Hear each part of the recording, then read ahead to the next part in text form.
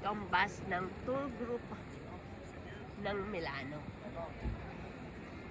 Binabaybay namin papunta sa Castello.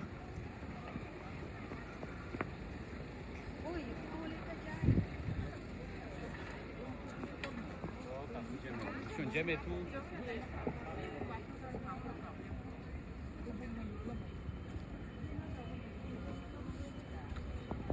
Naman kasama ko sa tour group. Maganda rin ang Milano. Finally, my dreams come true. Ang makarating sa Milano. Nakarating na dasa ako dito kaya lang napakatagal na panahon pero hindi naman namin nalibot ng amo ko ang Milano. Dahil sa hinihingi ng pagkakataon. Pero ngayon, finally, kaya salamat sa Diyos dahil nakarating na rin ako rito sa Milano.